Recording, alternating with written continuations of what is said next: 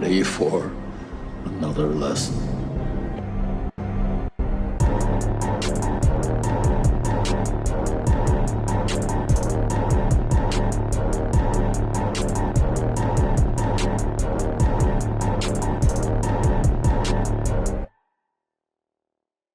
Now recording.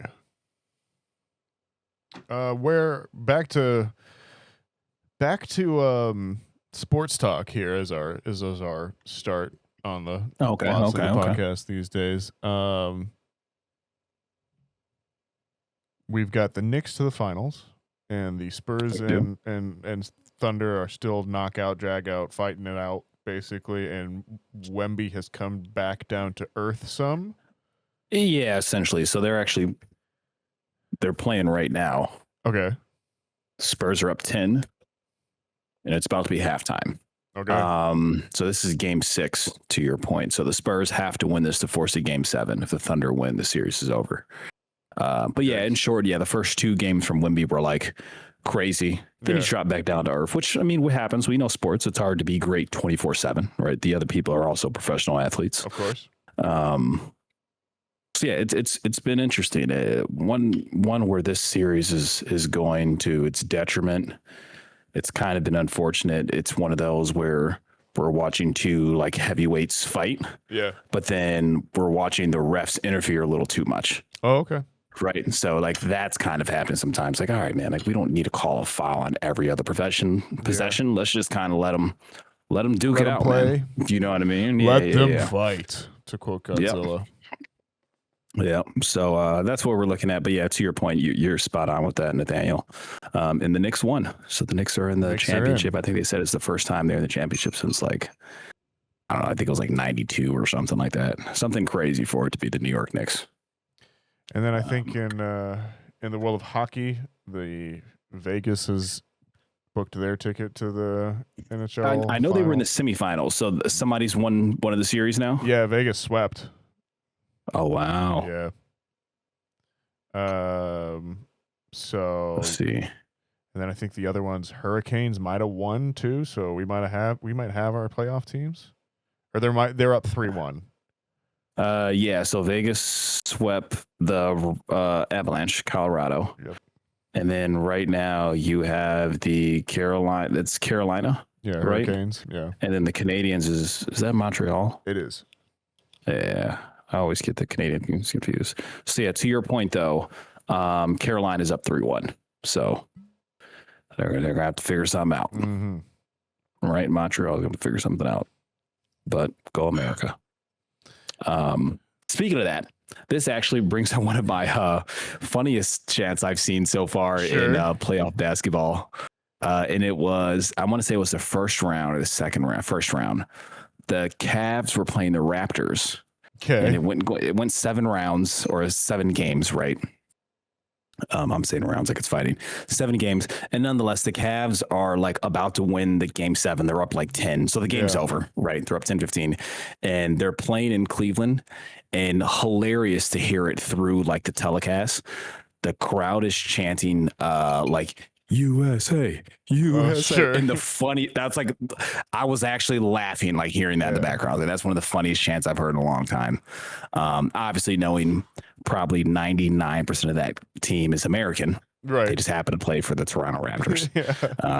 But yeah, that's sports for you.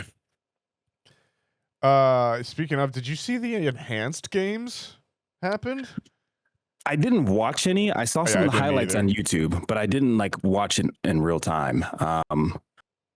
I saw for the 100-meter dash, I saw the guy didn't break Usain Bolt's record, which is going to be fucking hard to break. And I think the dude that won competed clean. That's the problem was a bunch of dudes keep competing clean and just winning. Oh, really? Yeah. Okay. So I seen that, and then I thought I saw something for men's swimming. I don't know if it was the 100-meter 50 or meter. A relay. It was a 50-meter freestyle. So that was a really good story where it was a Australian dude who also competed clean because he wanted to win the $1 million, or he wanted to win money so that he could keep competing like on the Olympic level. So he used a suit that's banned in Olympic competition. And That's what it was. I remember seeing that. Yeah. So Okay. physically he's clean, but the suit is banned, and that's how he broke the world record there and got his $1 million. And so now he can go back to competing in Olympic level stuff. Yeah, which is for what he wants to do. Yeah, cool to see. But yeah, it's it really, like, it was one of those things where apparently as soon as I kind of like thought about it more, I was kind of like, oh yeah, of course they're not going to be able to get an Olympic athlete to come do this shit because like no one wants their reputation. Yeah, you know what I mean. And then B, like the distance between even a really good athlete who's using juice and the true Olympic level greats might be too much. Like there is it's wider than you would have first thought. Right, you know exactly. What I mean? Yeah. You don't get just a great athlete, pump him full of juice, and all of a sudden he can run as fast as Usain Bolt. Like that is he's a mutant. Right. Yeah. Legitimately. Yeah. I like to call it the genetic lottery. Yeah. I think some people just they've hit the genetic lottery. It truly is. Nothing you can do about it. Yeah, it truly is. I think that is that. I mean, it's weird. It's weird because in team sports, I don't know. You kind of like, unless you're a Victor Wembanyama, like you don't get confronted with it all that much, and that's I think partially what makes it so compelling when someone like him comes along, where he can make a team sport revolve around him basically and not be fair for other people. But like definitely in those like swimming, track, weightlifting,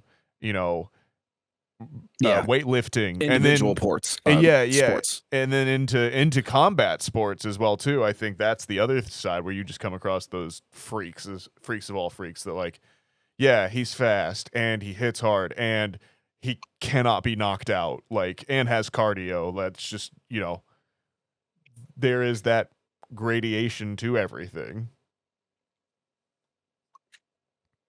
But then at the same time, you have the crazy stuff like the kind of other sports story that was around this world. I'm not sure if you guys are aware of it, but like the heavyweight boxing championship was up for, or one of them was up for dispute over the weekend with Alexander Usyk, who holds all 4 belts currently, or 3 belts, I think, because he had to give one of them back.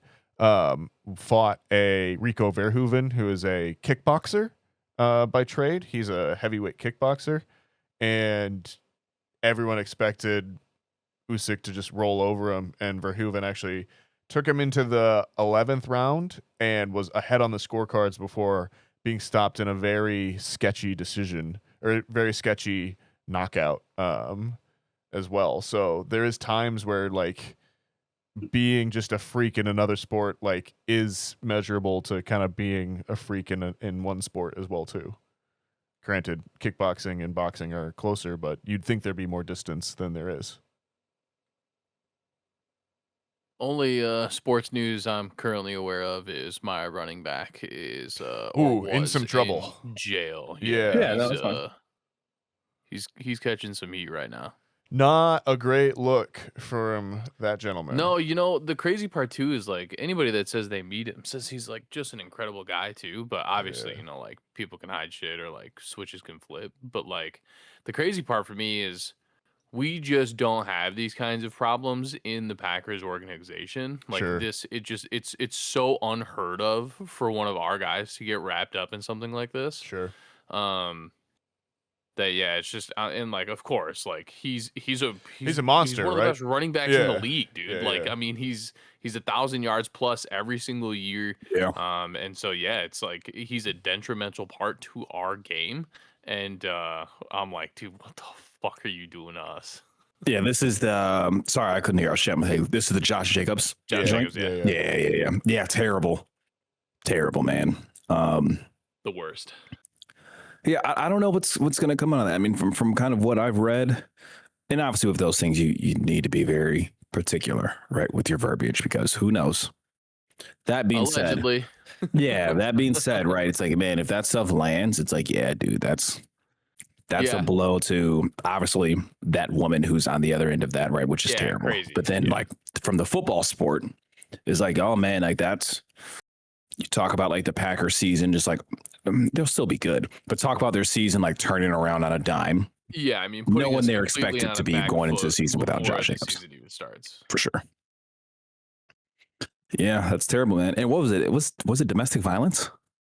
Yeah, it was 5 different counts. 2 of them were like related to like domestic abuse. Hmm.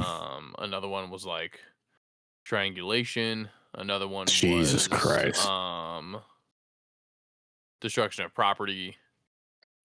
And then I think there might have been That's something fucking else in terrible. there. Yeah. But yeah, originally he turned himself in, pleaded not guilty, and then he was supposed to sit in jail pretty much all weekend until somebody could see him. Mhm. But then due to insufficient evidence at the time, he was let go. So he's currently back at home, but Right. So everything's now we're like just waiting on still what the court under date or whatever. investigation. Yeah. Yeah. Fuck. Yeah, man. Amazing the things people throw away. Crazy. I'll never understand it. No. Especially for something so stupid like that. For sure. But cooler heads prevail, man. I've always, just been one of those people that's more than likely just gonna walk away before I do Oh, anything. I'm with Like you, for sure. I mean, dude, you gotta get me so far before I'm putting hands on somebody. Yeah. Yeah. Either that or just do something that's so completely far outside of my moral code that I just flip. Yeah, it takes a lot. I'm with you. I'm a pretty like even kill person. Right. Yeah. It takes a lot to get me. If I'm ever super upset, I would say somebody's definitely done something wrong.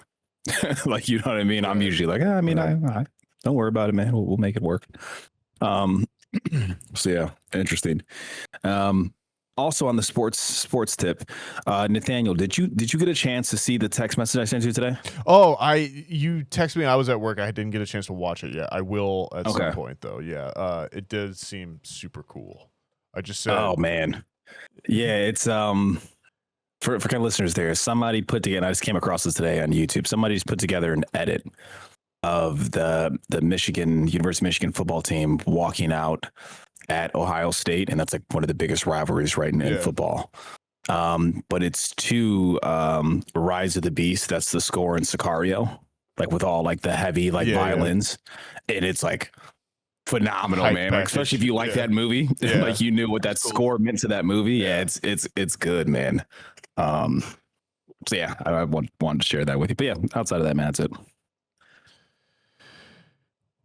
Yeah, I think at some point we're gonna have to talk this UFC 250 card, or this UFC Freedom 250, I should say, on the White House lawn, because that's gonna be fucking. Is that this wild. weekend? No, it's June 20th or something like that. 14th, I think. June 14th. Yeah. So I'm open to chat about it. It's gonna be wild. Speaking of combat sports, have you seen is it all the celebs that are boxing each other? Oh, dude. Are they boxing or is it MMA? What's that? Do you know talk about the brand risk ones, all the NBA players and Johnny Manziel? I've just seen random clips of people who are fucking famous. I'm like, why are they fighting each other? Yeah, a lot of people like to do so that. What's the ordeal of that? Exposure, way to keep your face out there. Yeah. Like, yeah, I guess. Yeah. Machismo, I can beat you up, let's settle it in the ring or something like that. But yeah, I'll tell you what, it makes you really appreciate how much of an athletic endeavor combat sports are, and how you can be the absolute best athlete in something else, and you put a pair of gloves on you and tell you to go fight somebody, and it's just a completely different animal. Yeah. So yeah, there was a big event, I guess, over the weekend or not long ago that had like Johnny Manziel and like I guess some old NBA players as well too. That's the clip I saw was Johnny Manziel, and they were doing MMA. Clip I saw. Okay, and then I believe there was like 2 NBA players on that one maybe, and then also Ray J got knocked out. Yeah, which might have been the other one that you saw as well too. So yeah, this has been happening for a while at this point. There's probably 4 or 5 years of this, and it all really started or kicked off with the Jake Paul phenomenon. That was kind of his first bit that kind of kicked all of this off as well too. And then it went through iterations where there was at certain points various guys that were training in MMA and or kickboxing or something at a fairly high level. Like I know Wiz Khalifa is a big like MMA kickboxing like fan. Like he does a lot of I see that a lot online. Yeah. So there are people like that were doing it for exercise, and then they kind of like, oh, I'll do an exhibition match or something like that against someone else. And kind of, there is people that do it for that to like raise money, and there's versions of that. But then there's also people that do it to try and fight people that for internet points. And they also, try their best, and it's something else. But then, yeah, it is allowed. I mean, the beautiful thing about combat sports, and one of my truly favorite things about it is it is one of the few things where you get to see justice happen occasionally. Someone like an Andrew Tate gets knocked out, or Jake Paul gets his jaw broke, or if you don't like a person, there is a chance that you will see them hurt physically, and that can give you a little bit of schadenfreude and enjoyment. But a lot of times it doesn't happen, and you also have to be okay with that person winning as well too, or that person might also beat your boy, and that's its other side of things too. So yeah, it's unique in that way. I'm not talking about combat sports. I'm not talking about the stars anymore, so can move on from that topic. Yeah, no worries, man. It's good insight here. But all right, I guess we're not a sports podcast, as we always say. We are, in fact, a movie podcast. So that'll definitely do for pre-pod banter. And well, it's a bit of sizzle. All right, let's just get into it. Welcome back, everyone, to Back Row Banter. It's your favorite casual movie talk podcast. A little more casual this week, as we are once again riding as a trio, a triumvirate. All three of us, because we're missing Adam, and we miss Adam. May he rest in peace. No, he's fine. He should be back next week. We should address this at some point. We shouldn't pause. We shouldn't pause too long. He'll be back next week, folks. But this week, I'm here. I'm Nathaniel. I'm not going to have a name this week. And that's Blake. And hello. Tyler. Hi, I'm Paul. With a... Oh, man, what a movie. Wait, are you talking about the movie, Paul? With the... No, I was talking about... I know you're talking about the end of the Jimmy Neutron episode. Jimmy Neutron, yeah. Oh, wow, yeah. That made sense. I was like, why does that sound so familiar? But I was like, I didn't watch the Paul movie that much. Yeah, sure. But, okay. Yeah. Makes sense. Little three-eyed monkey pops out and says, "Hi, I'm Paul." Yeah. Shout out Jimmy Neutron, man. And Sheen. And Carl. And Libby. It was a show I watched a weird amount of that I don't think about very often. And based off a movie, which is weird as well too. I remember that movie coming out and being like somewhat of a big deal. I think it was just like the right age range for my age group. But yeah, that was a Nickelodeon movie back when they were trying to, build themselves up into like a Disney-esque level studio. Anyways, this week we're going to talking about kids movies, talking Mandalorian and Grogu, the newest Star Wars offering. Where do we typically go next? I'm real casual this week, guys. What's the next bit we talk about? Star Wars, The Mandalorian and Grogu. This is directed by, is it Jon Favreau? Is that how you pronounce that? Favreau. Oh yeah. Do we know him from anything? Yeah, he's Happy from Iron Man. He is also the director of the first Iron Man. Oh, yeah. I didn't know that. Yeah, he's No, I didn't know very that. very involved in like the Marvel universe. Yeah. And he has been very recently very involved with Dave Filoni in the Star Wars universe. Really? I had no Yeah. idea this guy also Yeah, directed movies. Yeah. He's big, man. Yeah, he's kind of a big deal.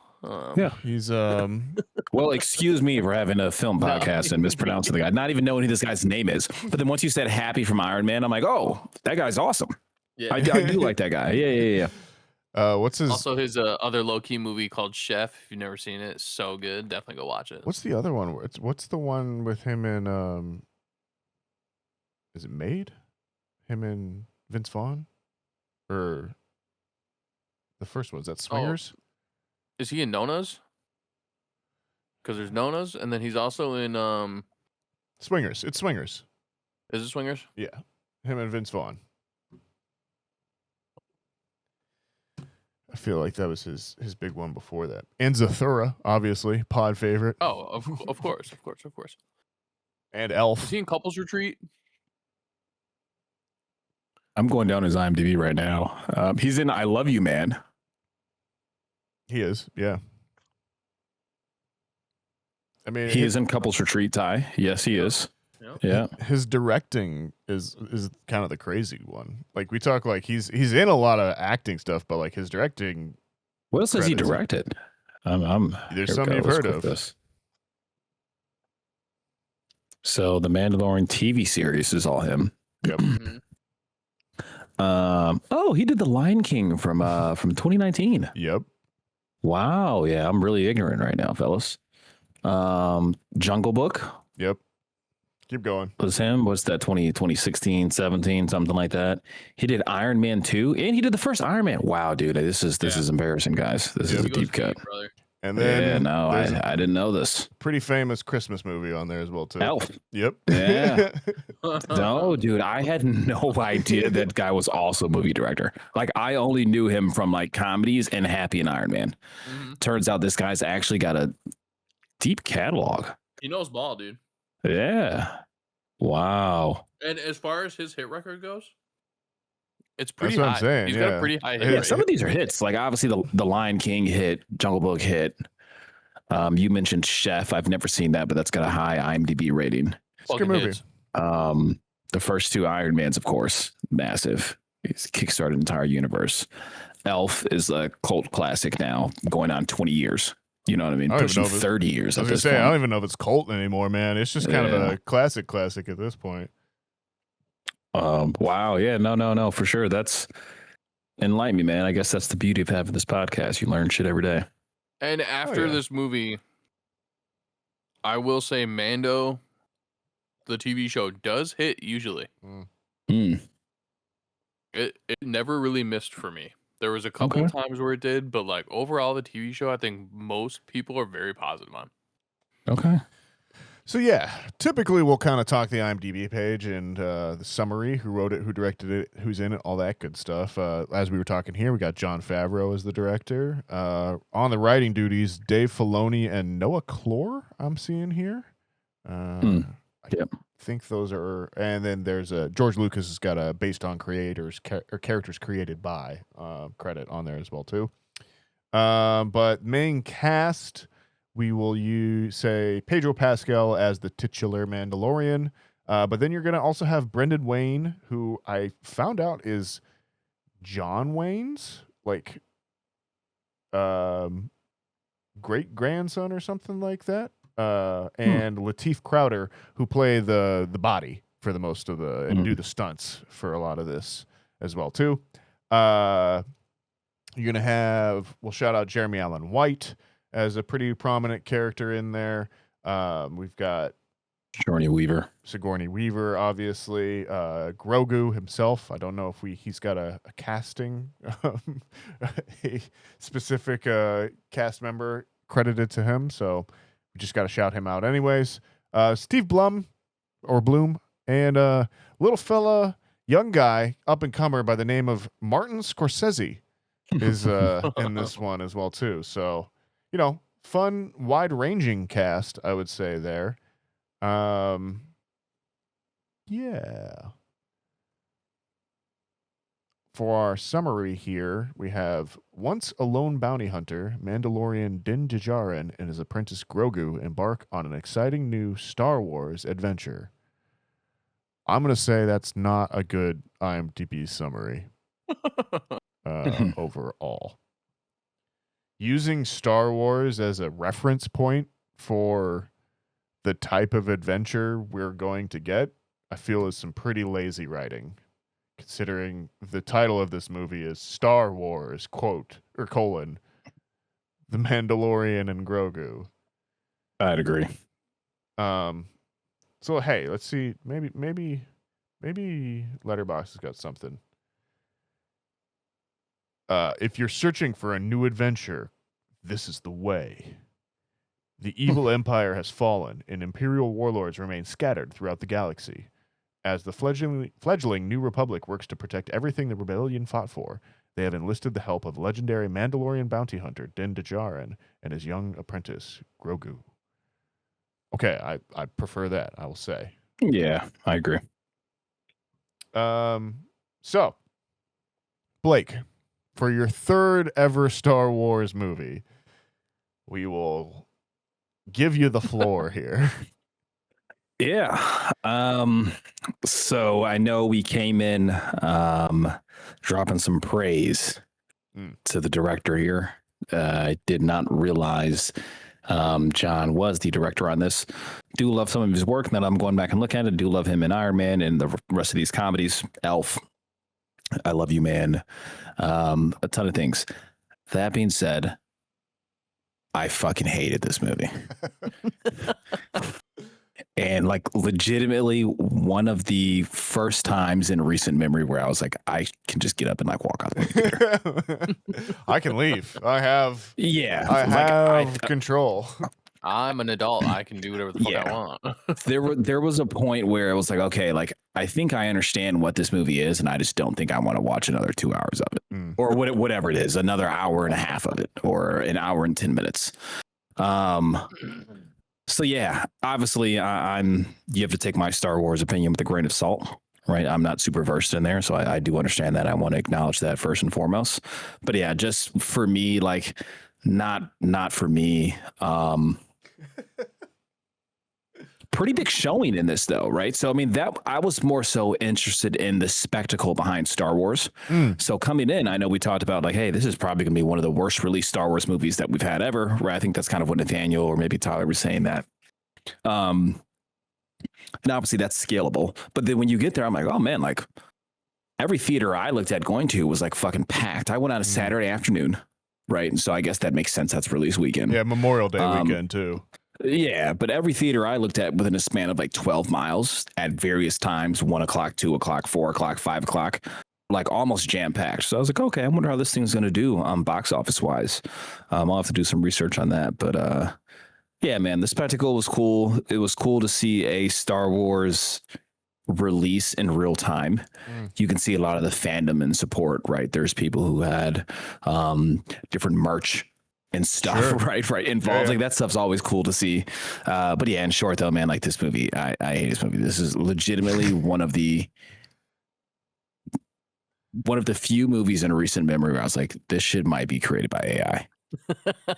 Because it was just like just action scene, just random action, go to another site, random action, go to another site. How can we put more action? Another site, CGI monster. But then I was just like, I'm cool on this shit, brother. Would you classify it under the Blake tier of 2-pack of ass? As I feel like I've heard, that's a good Blake tier. I mean, personally, yes, because I don't care to see this, but I do understand this has 50 years of nostalgia tied to it. It's never going to be that bad of a movie. Right? Like it's got too much going for it. There's too much money back behind it. There's too many prominent actors with it. There's a phenomenal director with it. It's got the right producers. It's got the right studio with Disney and everybody backing it, right? But as far as like Blake's taste, like, nah, dude, this is in the Star Wars land. I'm never watching this Star Wars movie again. Just put me back into the 1974 movie, whatever the fuck it is. I was gonna say, so does this make episode 1 look like a masterpiece? I would rather watch episode 1 without a doubt. Yeah. And you guys, before we watched that, were like, oh, this one's so super wonky. It's a weird blend of CGI and practical effects from the 90s. There's like some blatant racism in there. But I would still rather watch that movie than watch this 10 out of 10 times, dude. For sure. For sure. Yeah, so we kind of dived right into it with that one, but I'm glad because I mean you text us I think that night that you came out. That was when I got out of it. Yeah, and you were like, I have thoughts, so I wanted to Yeah. I wanted to cede the floor to you first Fair. to kind of That's get our thoughts underway here. But yeah, with all that being said, Tyler, how were you feeling in Mandalorian and Grogu? I had like pretty high hopes for this. Not like expectations, but hopes at least. Okay. Yeah, because I I like the show. Yeah, and I have very fond memories of the show, no doubt about it. Like, and I have fond memories of the time when the show came out as well too, because that was definitely like you and I were living together as well For too. sure. We had a lot of really good connection there and stuff. And again, Yeah, people were coming over to watch this too. Yeah. We had like a good watch group going for it. 100%. sure. It was a good atmosphere to be in. It was like a great time for this to come out for us. So yeah, the show was super enjoyable. And Star Wars, it was definitely because when the show started, episode 9 hadn't come out yet. No. So I think it was still like we had gone through Last Jedi, but like people were still really jazzed for it at the start as well too. Yeah, for sure. And it felt like there was that like Star Wars peak that like just kind of like just in general Star Wars would get people excited. There would be this kind of buzz in the culture. There would be, a new Star Wars thing is coming out, and I remember that feeling. And even going into the second season, kind of feeling that, to your point, people getting together to watch it. It was appointment television, which feels long ago in comparison to this movie. Yeah, for sure. And I think that's kind of part of the problem, like to your point. Yeah. Yeah, no, I agree for sure. I mean, I will say Star Wars currently still tends to be a point of like that you just maybe I'm safeguarding myself from oversaturating this, but like clearly there's been a lot more material that has just come out on Disney over the years too, even since Mando's come out. And even like Book of Boba Fett, I don't think was very strong for me at all. Sure.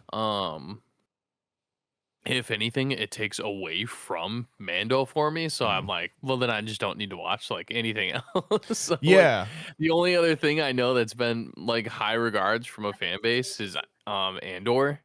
Which I mean, yeah, it might be the best of the Star Wars. For like, sure.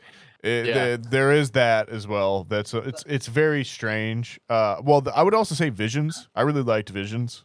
Dude, Visions is so good. The hard part is for me to just obviously you can't like put that in canon. Yeah, it's not canon, right? But I love it. Yeah, but I didn't watch any of the Clone Wars series spin-offs that they've done, Sure. or there was the yeah, dude. So like Skeleton Clone Wars Crew is so good. Like Bad Batch also really good. And then I didn't Rebels finish. is also very good. I didn't finish Ahsoka. I watched the first couple episodes. I watched the Obi-Wan Ahsoka wasn't series. bad. Ahsoka was okay. I did not watch Skeleton Crew, though I heard that was Me neither. decent. And then I did not watch. I was caught up on Mando. That was the last thing that I knew I was still like there with on Mando. So. Yeah. I similarly talk about. I'm sorry, I cut you off and then went on a tangent, but like you were saying that you didn't necessarily have high expectations, but you may have had some high hopes, and part of that was all this setup. I wanted this to be good. Yeah. But you just don't know with things like these. Sure. And so I think my expectations were probably right about where I had them. Sure. And yeah, I don't care for that. I think this kind of takes away from the show for me. There's some really obviously funny, weird, awkward things in this that we'll talk about. And then again,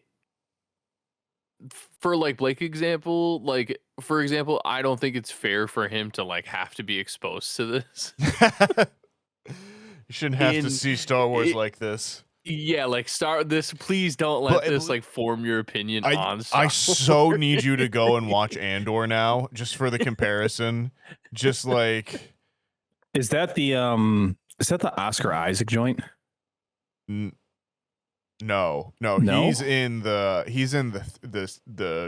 sequel trilogy of movies. Okay, maybe I'm off. Okay. Diego Luna is in Andor, which is the TV show on Disney Plus, and it's one of the best things I've ever seen. Like in that tier of Sopranos, Wire, like level of shit of just like, yeah, no, like genuinely some incredible. So it is great stuff. Storytelling, and it just happens to take place in the Star Wars universe. Correct, because they, you know what they did, dude? Like, they got the guy that wrote. They got the guy whose brother.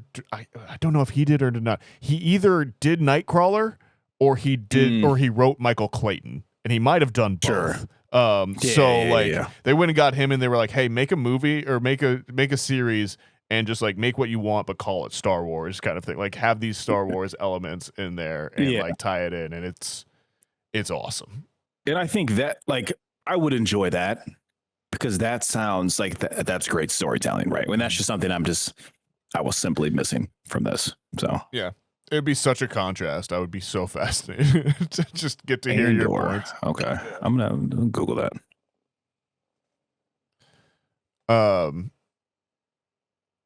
Tyler, I keep cutting you off. No, you're good. But yeah, it's just I don't even like know where to start.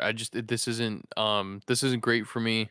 We can obviously talk a little bit more about once we get into spoilers.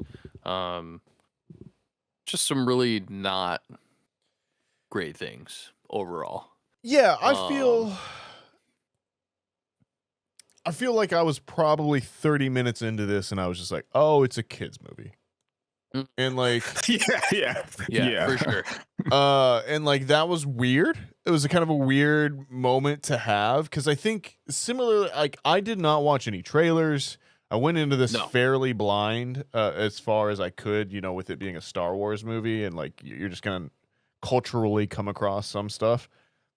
But I didn't do like a Mando rewatch or anything like that leading up to it. I didn't, really have much.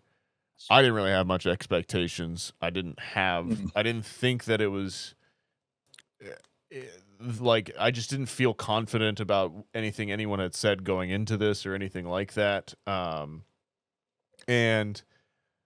I found myself being like, "Oh, yeah, it's weird. It's a weird movie. It's very strange as a story. I think it's very episodic. It feels like it's written almost like a TV show and broken down in those kind of beats.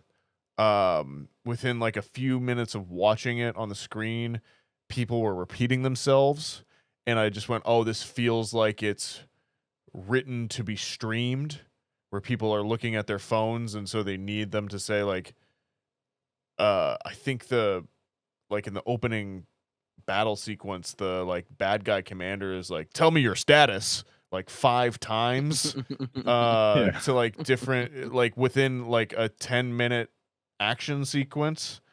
So yeah, it just felt like people were trying to get other people to say things and summarize what was happening in the movie, just so that people who were on their phones could know what was going on at certain points. I think high points, I enjoyed the Jeremy Allen White character. We might talk more about that in spoilers, I suppose. The puppetry on Grogu, I think, is incredible. No doubt about it. Love that. Love that they commit to just having 100%. A puppet and just treating it like another character and just going there and like, yeah, you can absolutely tell that is a puppet, but I don't care. Like, Yeah, it's so much better than a CGI. It made it more enjoyable for Yeah. sure than just having a fucking CGI Yes, 100%. little character on screen that's 100%. replaceable. We see that in every fucking kids movie these days. Yes. So I totally agree with that. The music, I think, slapped. I love Ludwig Göransson. Yeah, I think he's I'm so happy that he's just like become a thing. And I want him to do more stuff. That being said, it was just kind of a not my favorite in any sort of way, and some really strange choices throughout it. And it feels like it's simultaneously like it's like almost rebooting the Mandalorian kind of like character and everything. Like it's changed the tone. So I don't really know what to make of that in some ways. And it's left the characters themselves like this feels almost like it could take place in between seasons if you needed it to or something like that. There's not a whole lot. How many seasons of The connecting. Mandalorian are there? 4? 4? No, 3. I think. Are they all 3 or 4? kind of like this, like the film, or are they like wildly different? Definitely more adult. Like Okay, interesting. Yeah. Yeah, for sure. Interesting. and like it's much more like at the beginning it's Mando's a bounty hunter and like he comes across Grogu and like they're still doing bounty hunting things and it's like, you know, people trying to kill him and then like it's a western more. It's like it's a samurai western and that's really a lot of all that stuff, and this just is a weird PG family space adventure. And it's just odd. It's odd too It is because odd. like Jon Favreau has done a western. Like Cowboys and Aliens, when it's a western, is a good western. For sure. Like, so yeah, I don't think I'm a recommend. If we were doing our famous recommend, not recommend, I don't need Yeah, I don't this think I anymore. can be either. Yeah, and I recognize it's not for me, and I recognize that there is for people out there that are be like, it's a fun movie, and they will enjoy that. But I don't. Yeah, I didn't for sure. really. I didn't take much from this at the end of the day. No. And it makes me worried in the direction of Star Wars because I've always felt like Star Wars, for whatever its faults, was at least doing interesting stuff and like willing to experiment and like, you know, we've talked about like the effect that Star Wars had on the movie making industry in terms of THX, Skywalker sound, industrial lights and magic, these huge industry powerhouses that advance the CGI, advance the audio, advance the technical side of filmmaking that has come out of Star Wars and Lucas and all that, Lucasfilm, I should say, and all of that. And this just feels not part of that. And I think there's very few movies in the Star Wars canon that you can say don't do that. And in direct comparison to like episode 1 from last week, episode 1 for its faults does push film forward. Don't think this does. I would agree. So that's the non-spoiler part. Do you want to get into spoilers? Boil it, dude. Yeah, let's do it. If you don't want everything spoiled for you, go ahead and skip over this and see where we rank it, but we were not really ranking it, so we'll just make this quick. And then, Blake, let's talk some obsession.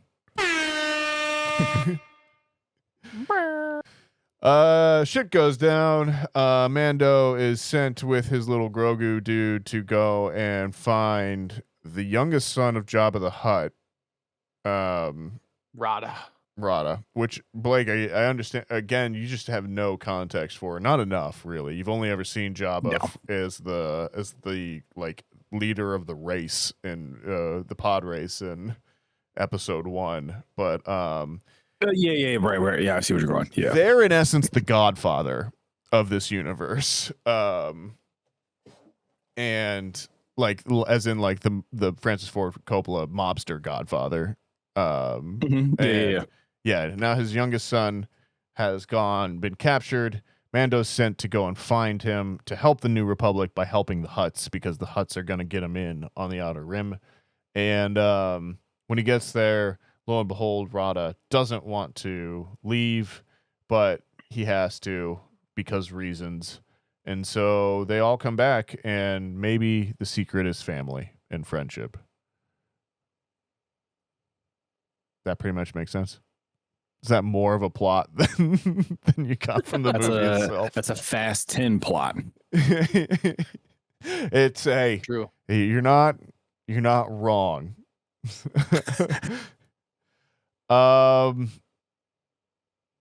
Yeah.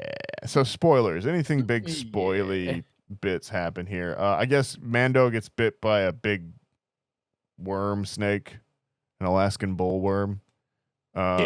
Dies, come back. For some reason, Grogu can tap into his innate Yoda powers and build a mud hut. So that's pretty cool. That was probably my favorite part of the movie. Pretty dope. Which, yeah, Blake, if you ever watch episode 5, that'll really make sense for you. Episode 5? Yeah, that would be Empire Strikes Back. Okay. Which is considered the best. That's the third of the second of the ones in the 70s. Okay. Yeah. Okay. So you've seen A New Hope, which arguably you can always rewatch A New Hope. A New Hope is in some ways a perfect movie from like a script pacing level. Mm-hmm. Like if you take all of the sci-fi elements out of it and put swords and wizards in instead, it's just like the King Arthur storyline more or less, and like it all still works as well. You can switch whatever genre you need to into there. The writing level works. But Empire Strikes Back is the sequel out there. It's good. Okay. It's darker. It's more twisted. It ends on a big cliffhanger. It's just like the template now for any sequel as a part of a trilogy. Anyways, but we're talking Mandalorian and Grogu, which again, any spoilers? No. In fact, no spoilers to the point that they have done this plot before. Because what will we even spoil? Legitimately, it felt like at what point this was just going from like scene to scene to scene to scene with the Mandalorian battling a CGI monster. It's a fetch quest plot. And some of them looked cool. Go get the Other thing. ones were like, this isn't even a cool CGI monster. Like, if we're going to just give a bunch of CGI monsters, let's get some cool shit on here. Some shit we've never seen. I agree. I do agree on a lot of that. I liked the Hutt planet. I thought that was weird and interesting. With all the droids that were kind of like seemed to be left over from like episode 1, but they've like swapped them out with like the diesel versions of them, so they're all bigger and taller and like weirder. They've gone feral. I enjoyed that bit. I liked the fighting pit, the gladiator bit. That was pretty cool. I liked that. Yeah, that was pretty cool. I don't think I'm a fan of Rada's design. Buff Hutt. Yeah.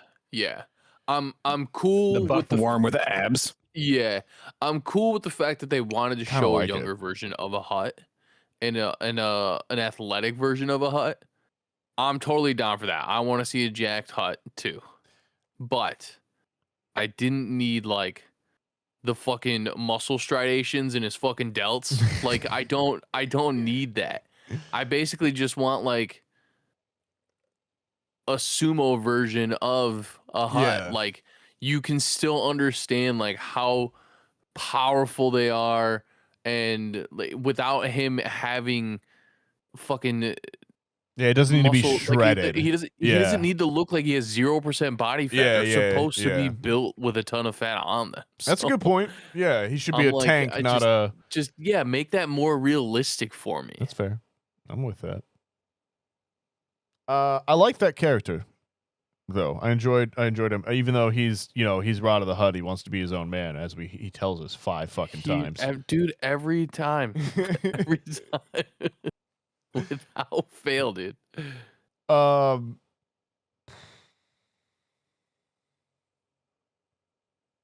I can remember is the pit fight and them and the big snake. That's like the memorable moments of this movie to me. We got the Razor Crest snake, back. You're talking about the white snake, right? Where he's like fighting in the water, right? Yeah. Which again, you won't have seen it yet, but it's definitely just a callback to a previous Star Wars as well, with the whole like pit trap and all that kind of stuff. The Gladiator Arena, Johnny Coyne, I love, as he's one of my favorite character actors. He'll show up at anything. He always plays a great bad guy. I like him as the Gladiator promoter, who's just like, yeah, you should come fight for me. I definitely am killing this other guy who fights for me, but you should come fight for me, and I'll make you rich. And it's like, yeah, no, that's Dana White. That makes sense. That's Vince McMahon. That's all of those guys. I enjoyed that part.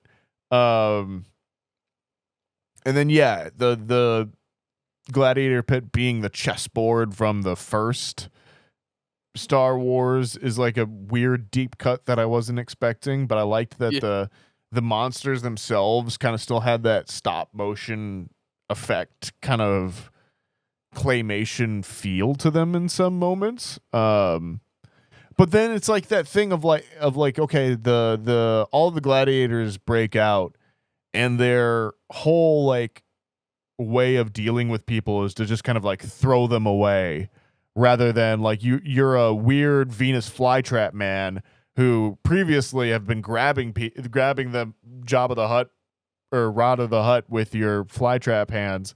Why are you not crushing skulls out there? And it's like, well, because it's a kids movie. We don't want to scare them too much. Like, they can't actually be killing people in here.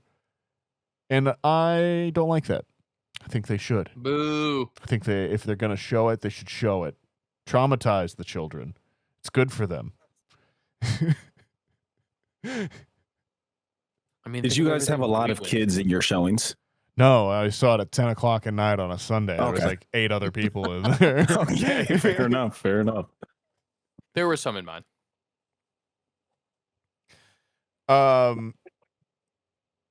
Yeah, it's fine at best. This movie's forgettable, dude. Yeah. Yeah, this will probably go down as like one of the worst Star Wars movies. Well, okay, so that was the other thing. Created.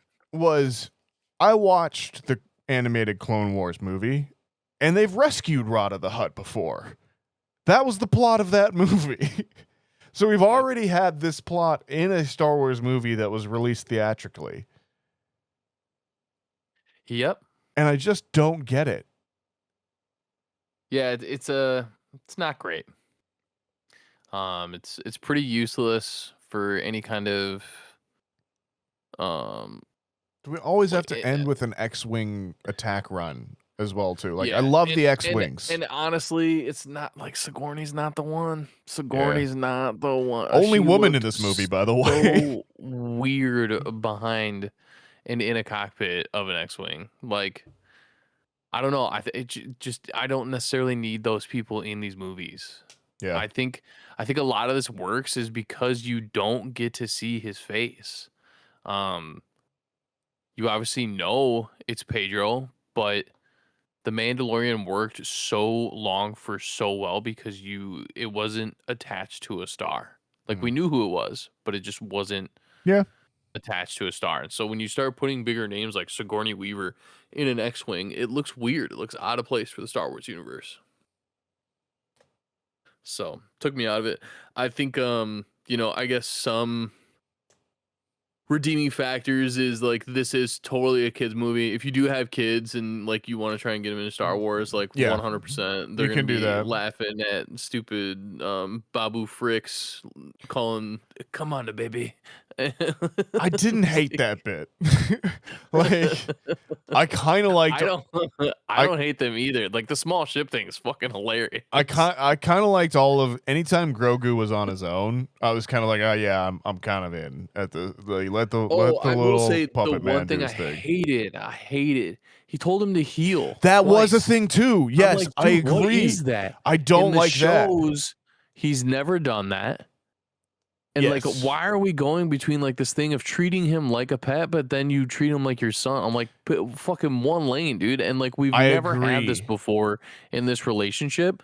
So you choosing the words heal is fucking weird. Yes, it makes you cross that weird. Like, are you seeing him as an animal or is he your son? Like, yeah, I agree. That was a thing where I visibly like heard that in the theater and I was like, what the fuck is that? Like, Yeah, it was weird, dude. It was really, really weird. Well, Threw me off. I think they're coming up against a problem too, which is that like Grogu, the age thing on Grogu, where they're like he's 50, Sure, but he's still a toddler, and now it's been like 5 years that they're together, but we've never not seen like any growth there. Like, at what point are they supposed to start talking and that kind of stuff? I wanted I was him going to ask.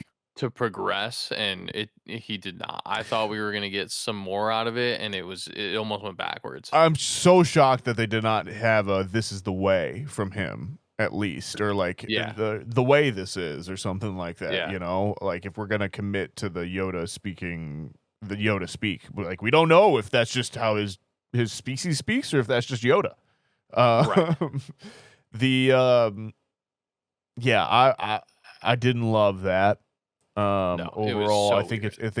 it's very strange. And I thought they were kind of trying to set something up too, where they were like, "Oh, Hutts live 300 years, much like your boy, not like you." So I was like, "Oh, okay." So like, it's gonna be Mando, Grogu, and Rada, which I was kind of interested in. Like, if he just becomes one of the boys, and like we're expanding the bounty hunter business and stuff, and then like later on, Grogu and Rada would be like homies, and like even after Mando's gone, they'd be like together. And I was like, that's interesting, like potentially.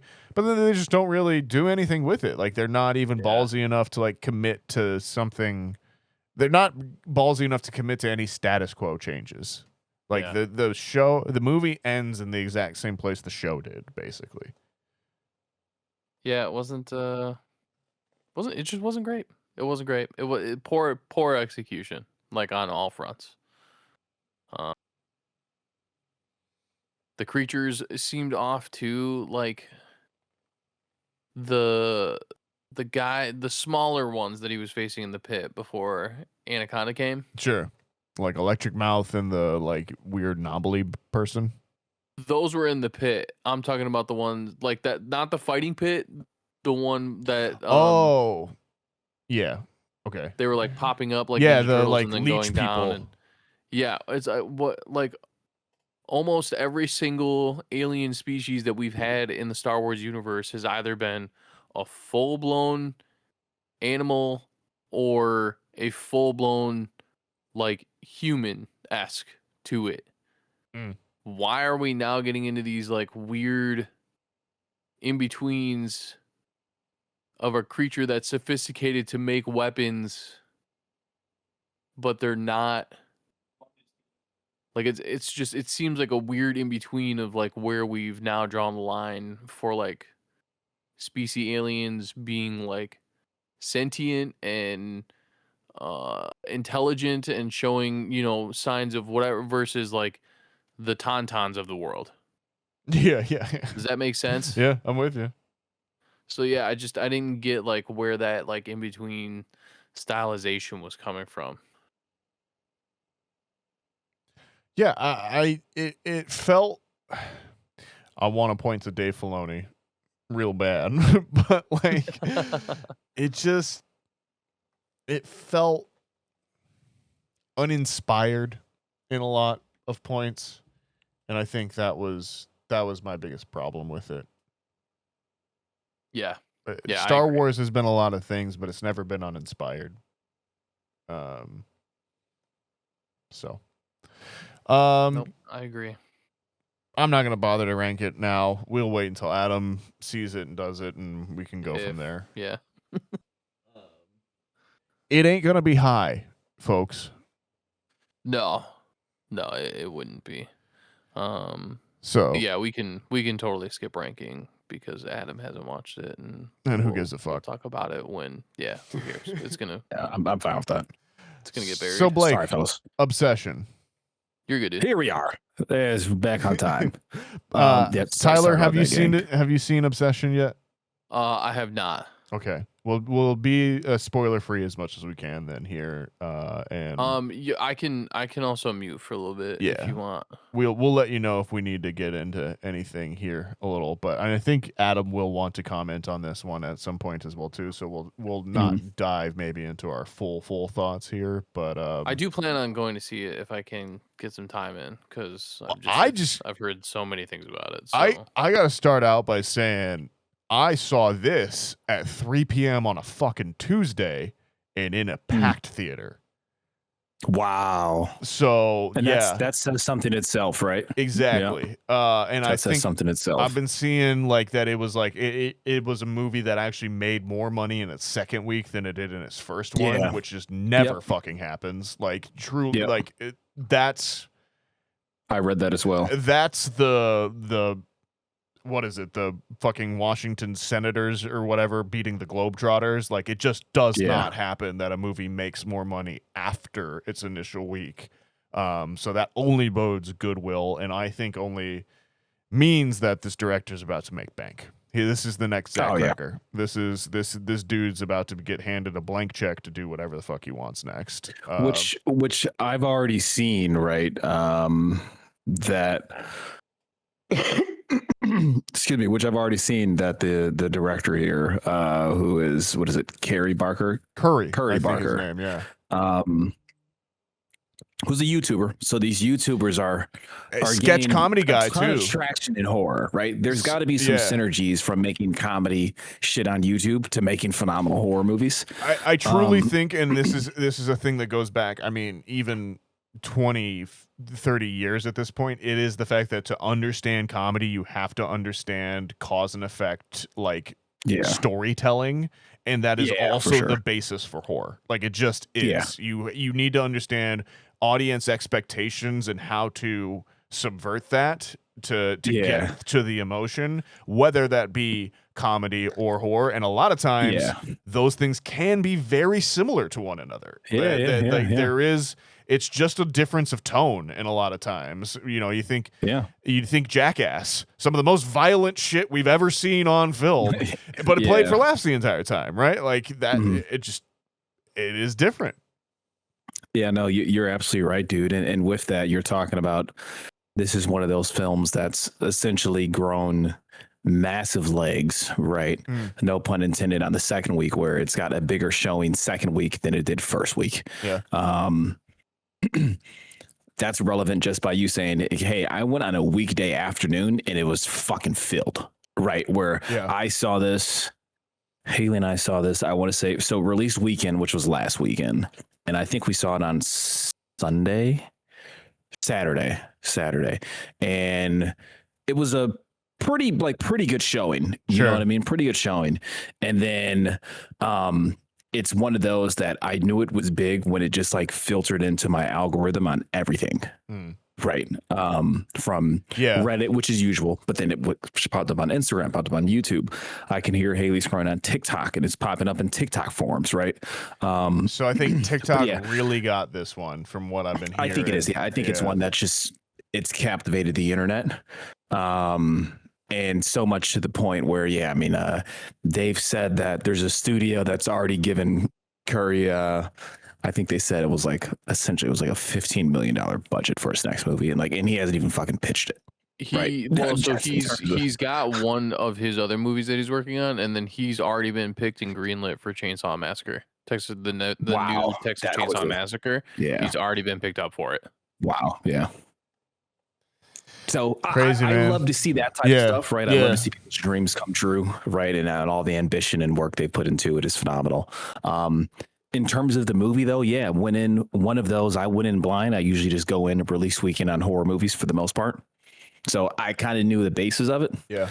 And went in blind, and I was like, oh, I like this way more than I anticipated. Yeah. And then, of course, like fast forward 2 days, 3 days, 4 days, 5 days, a week, and it's like this movie's massive, and it's like, well, no wonder I like it more than I thought, right? Turns out it's pretty damn good. Yeah. But yeah, dude, like, I guess, Nathaniel, you can share your thoughts. Yeah, it's just fascinating, right? Immediately, my thoughts walking out were, one, reminds me so much of It Follows. Right, immediately, from like the time period, how it's set. You don't really know what world it takes place in, this dream-like place, right? Where like some people have modern technology, some people are driving like 1960 cars. Yeah, some people have TVs with the antennas on top. Some people have like a fucking iPhone where you can FaceTime somebody immediately. Yeah, you know what I mean? So like, I enjoyed that. And then also just like the direct parallel and appreciation of like, man, like how much would I enjoy just phenomenal acting from female leads? Like, this made me appreciate, like, man, I really loved watching Misery. I really loved watching Pearl. I really loved Toni Collette in Hereditary. Sure. I really loved Florence Pugh in Midsummer, right? It's it's in that lane. And way more in depth and supernatural than I thought it would be. And I think that was the most intriguing part. Right. Yeah. Long story short, please, you jump in. I'm chatting. So I caught this, like I said, this past Tuesday. So this is that's a week and a half into its run. At that point, did you have word of mouth of what the film was, or just like, hey, this is a new movie and people like it, I'm gonna go see it? That's all you knew. I've lived on the internet long enough to similar to you. Like, if something breaks containment into several of my feeds from like kind of from the film world, it's kind of like, all right, well, I'm gonna have to go and see what this is all about, just because I don't want to get it spoiled even further. Yeah. And so like it kind of reaches that point of like, oh shit, like people are talking about this. Oh shit, people are starting to talk about this and maybe spoil it. All right, fuck this. Like, I need to go and see this for myself, just so I don't get spoiled. For sure. And like, if it is that great, I want to go in as blind as I can. And that and the recommendation from the guys, I think, as well too, was enough to make me sign up for this one. And so I'm not as high. I think I'm a half step below where maybe you and I think Adam is as well too, which we can talk about. It seems like Adam's really high on it from what I've seen about Adam. And that is purely because this story is very simple, and that's both to its credit, but also means that I've seen variations on this before. And so I kind of go in and it's like, okay, I kind of, I know what I'm in for. Can you nail the ending? And to Curry's credit, he absolutely does. And he everything is just top notch, excellently done. Like, just does not feel like a debut big film for a person. Feels self-assured. Feels like he has been making movies for years at this point, in the way that he not only edits this. Well, I think the editing is a huge boon to it, but his shot choices from the beginning, in which we're in 4:3 aspect ratio, we're locked in, and a lot of this movie is people reacting to information that's given to them, and then the camera just sits on them, and you just see their face work through the scene and their emotions and stuff. And that is so engaging as an audience member. Like, there's a drawback to it in that you never feel like you get out. Like, you feel very cramped by it. But in horror, that's in this movie, that's what we're going for. So like, even to know that on like a filmmaking level, and have the grasp of what your choices are doing to the audience on a level beyond writing, blocking, making a big scary noise and drawing your attention somewhere else. Like, you just you see the kid's got chops. Like, he's I'm very excited to see what comes next. I think there's moments in this movie that are super scary. There's points where, like, me as a veteran, like, scary movie watcher, I'm like, all right, man, like, yeah, I get it. We can move on out of this fucking scene. Like, I've had enough here. Like, performances top notch. Can't say enough about that. People are already going to be talking about that. That's goes without phenomenal in that. Yeah, goes without question. I think across the board, pretty strong throughout there. You brought up It Follows. Another movie that this reminded me of was also Bring Her Back from last year as well too. I think in not necessarily in tone, but in kind of that choice of deciding to believe something and kind of how far you will go. Good call. The characters themselves in that, like, no one's a good character in this movie. And all of that all felt very Ari Aster and kind of inspired there. So yeah, I really feel like this feels like another shot in the genre where it's like, man, like, we've just really got some talented folks working right now, and excited to see what they do next and go from there. For sure, brother. I mean, I totally agree, and to kind of put a little more color on it. I mean, this is when's Get Out? 17, 18, 17? Yeah, early 2017.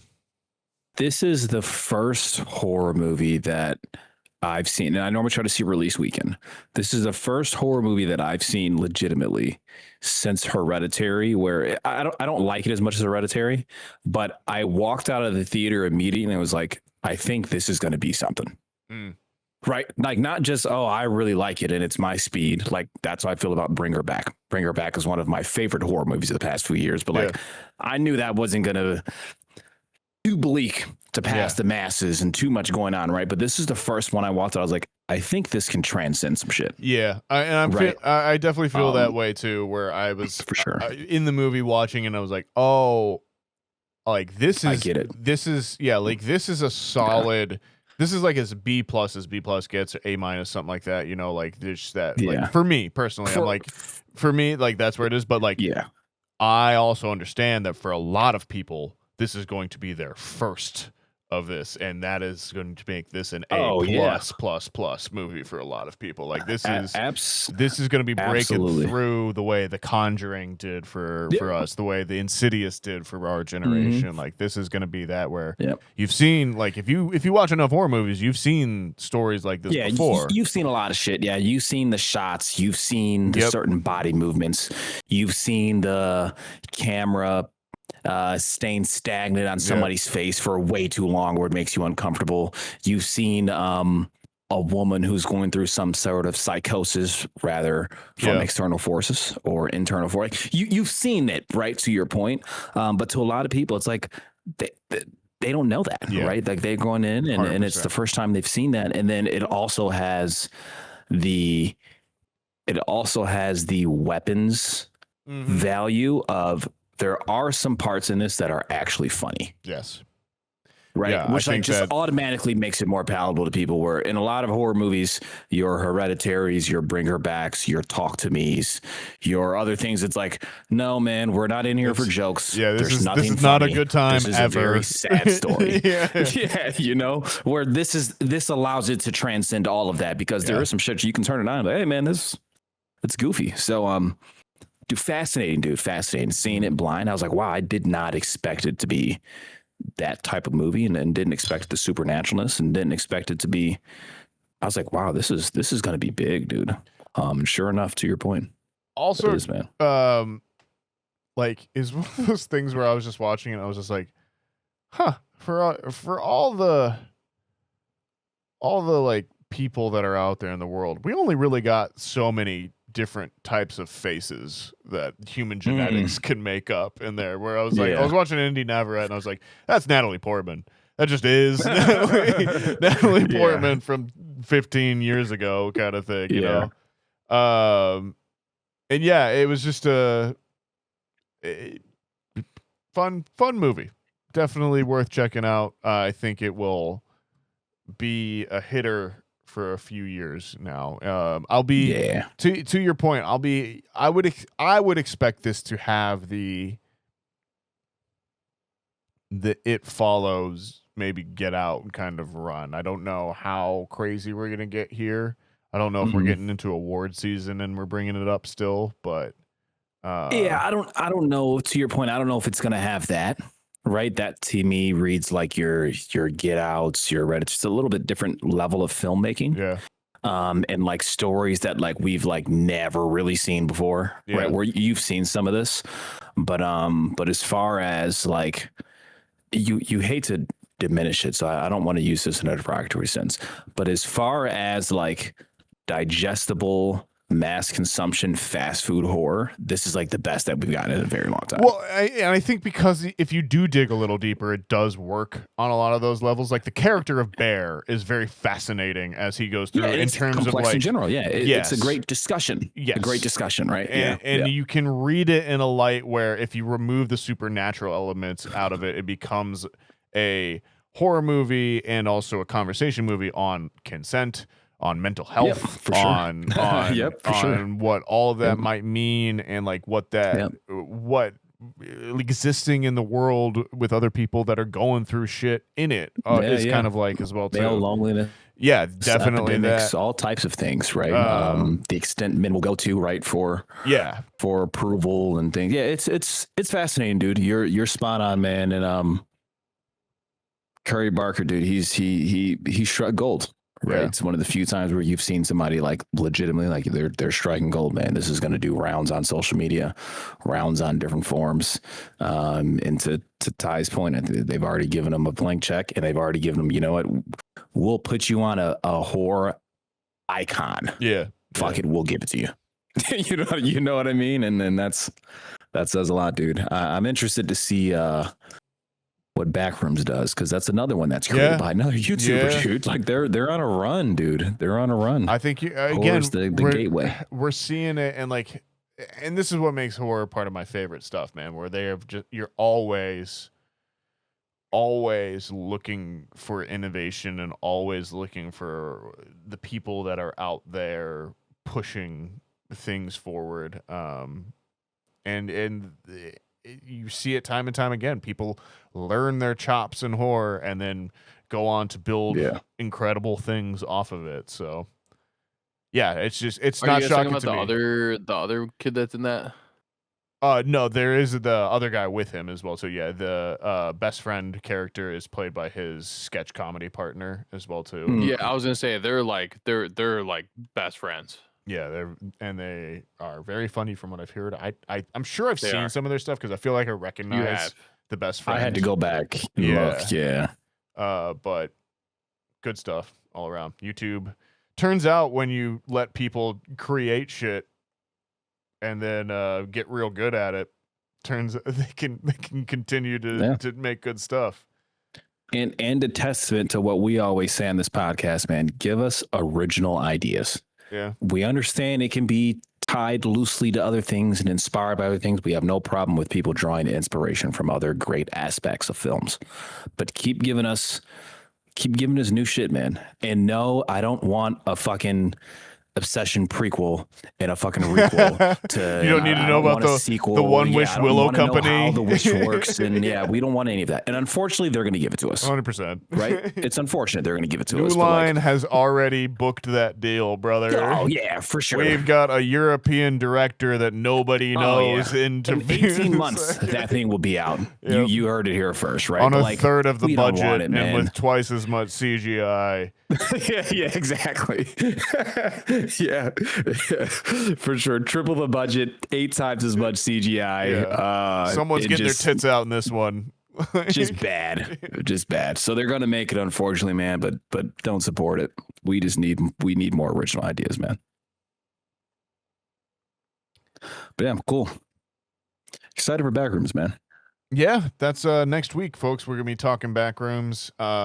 As we referenced earlier, it is the era of the YouTube horror auteur as it stands. So that is out next week. We should have the whole gang back together for that, so look forward to that. We should also be able to give you Adam's thoughts on episode 1, at least. I think he said he may be skipping Mandalorian and Grogu, which we won't hold that against him. And then I'm sure he'll have some thoughts on Obsession as well, too. I believe he has seen that. So get a whole heap and heck a lot of Adam next week. But it's good because we miss him. So with Next that week being it's said, just Adam, guys. yeah, so you guys just all gonna be Adam's podcast. know. We're For gonna take sure. a week off. So yeah, you guys been watching anything else crazy or anything like that? We talked sports. We talked. Trying to think if there's anything else. I watched all of Margot's Got Money Troubles on Apple TV Plus, which is real good. Would recommend. Okay. Nice. Leah and I almost watched all of a new show that's on Netflix called Nemesis. I'd heard of that How's as well that? too. I would say if you and Leah are looking for a show, I think she would like Margot's Got Money's Trouble as well too. It's good. Okay. But yeah, what's Nemesis about? Bank heists. Well, not Alright, bank heists, okay. just regular heists. Okay. And then like a hellbent detective on finding the crew that's doing it. And then a lot of people framing other people and stuff like that. But it's almost an entirely African American cast.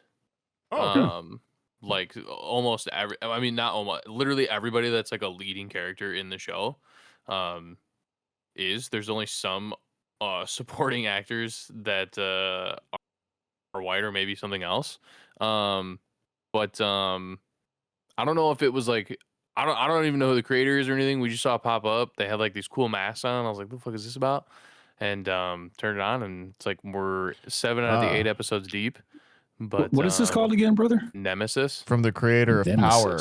That's the Okay. Yeah. Power was it's an HBO Stars show. Yeah, Stars. And then I think there's a believe second Stars. spin-off series as well too. Like that's Yeah. a whole it's at a whole run at this point. Yeah. They've had a whole universe. But Okay. overall, it's pretty good. I like we like all the actors and actresses so far. Everybody's played some really, really good roles. The writing's pretty good. The heists and everything are pretty well thought out. So overall, we're pretty happy with it. So we got one more episode left, and shit's going down. So It's my boy. Okay. yeah.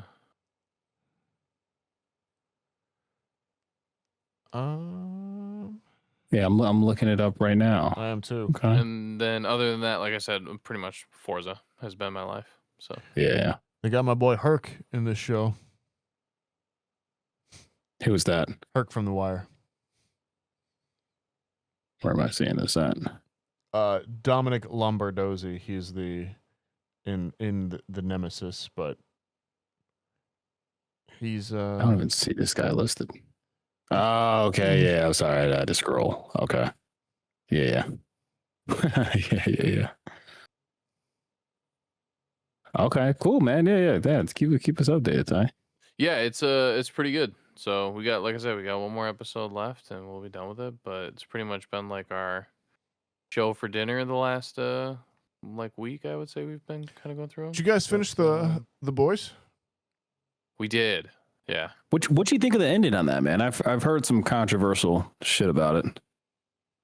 Yeah, it's kind of one half dozen to the other. I mean, so I've heard kind of like the same controversies, and then like there's a part of me that's like, what do you guys fucking expect?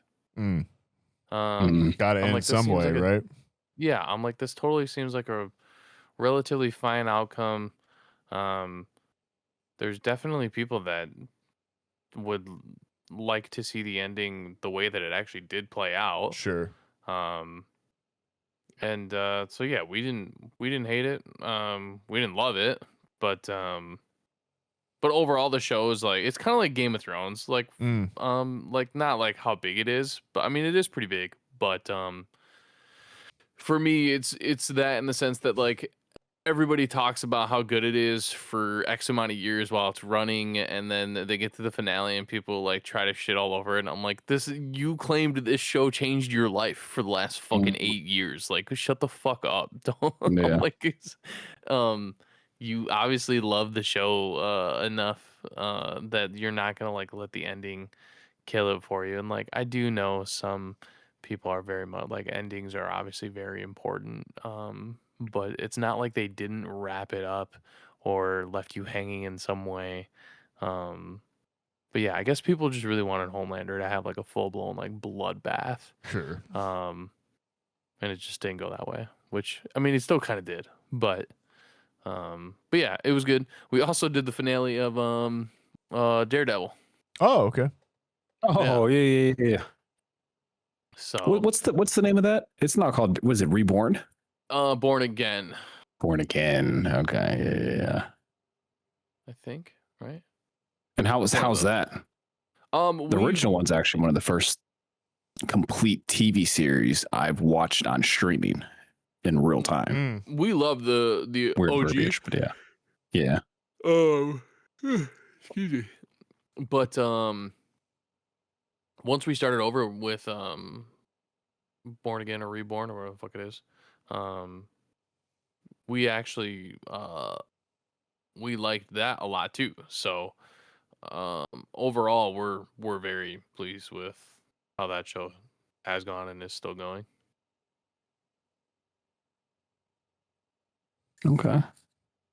All right, man. Yeah, we'll try to add it to the list here, man. Yeah, if you guys are looking for things to watch, so then just, like, instead of doom scrolling for a half hour and letting your fucking dinner get cold. Yeah, for sure. Happens to the best of us, man. Yep. Unfortunately.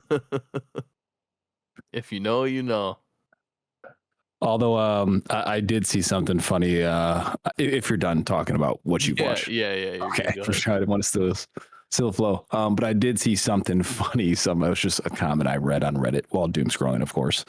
But somebody mentions like, yeah, like we haven't reached. Somebody mentioned like, oh, we're reaching like one of the worst tiers of humanity and da da da, right? And then somebody, of course, had to have a joke, and they were like, yeah, like we haven't reached the worst tier of humanity yet. Just wait till people start screen recording doom scrolling and then watching the screen recording for like when you can't doom scroll. It's like, yeah, there's probably not too far from that, man. Get another hit. Yeah, that's funny. But for me, man, not much, man. Playoff basketball. Been watching the Spurs Thunder. We've talked about it countless times here. Have watched some playoff baseball. Oh, so some of the conference championships, man, and now they're back to people's home stadiums. This is cool. College, we should say. Yeah. Correct. College. So yeah, man, this is a cool time of year, man. So you got that. There's softball on. There's like track and field on. So kind of the cool sporting events that you just don't see at times. Like, fuck it, man. If there's nothing on ESPN on a Thursday night, yeah, like that's what's on, and I'll just have it on in the background while I'm eating food or whatever. It's cool. Dude, seeing softball blow up because I guess Jason Williams' daughter plays for Texas Tech. And Jason, the former basketball player. Yeah. Oh yeah. Ironically, one of the funnier, like, natural human beings ever. Yes, for sure. So yeah, there's a lot of clips of him in the stands because I guess like his daughter got hit by like 4 pitches in a row or something too, and so like her team's like getting some heat going, and he's in the stands. To my understanding, though, Texas Tech they're solid at softball though. Yeah, I remember watching them last year, like in a semifinal or something, right? Generally, any of those the southern warm weather states are pretty good at baseball, softball, Texas, Arizona, California, New Mexico, any of those places you can play year round, you're going to get some pretty good teams. Yeah, to your point, man, the only like warm weather baseball school that seemed to be pretty darn good somehow was like Oregon State. Yeah, which again, Oregon West Coast State's usually pretty good because they got all the California kids that go up there as well too. Yeah, I guess you either go there or like fucking UCLA or some shit, exactly. or USC to play. Yeah.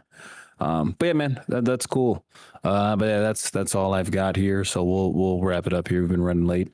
But tune in next week. We should have the entire squad back. And we will be doing Backrooms. That is a new horror from 2026, also from another YouTuber.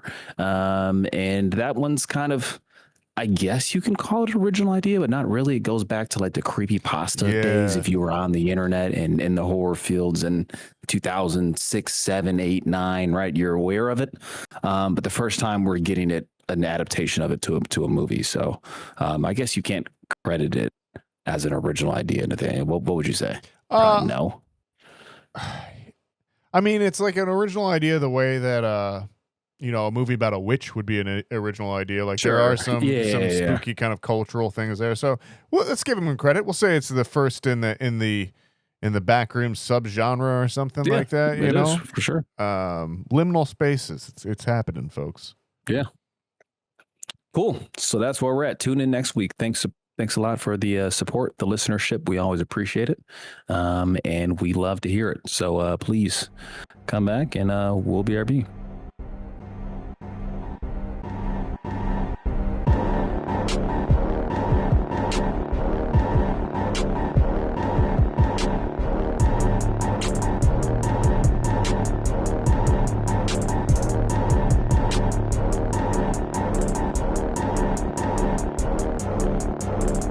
America, ready for another lesson.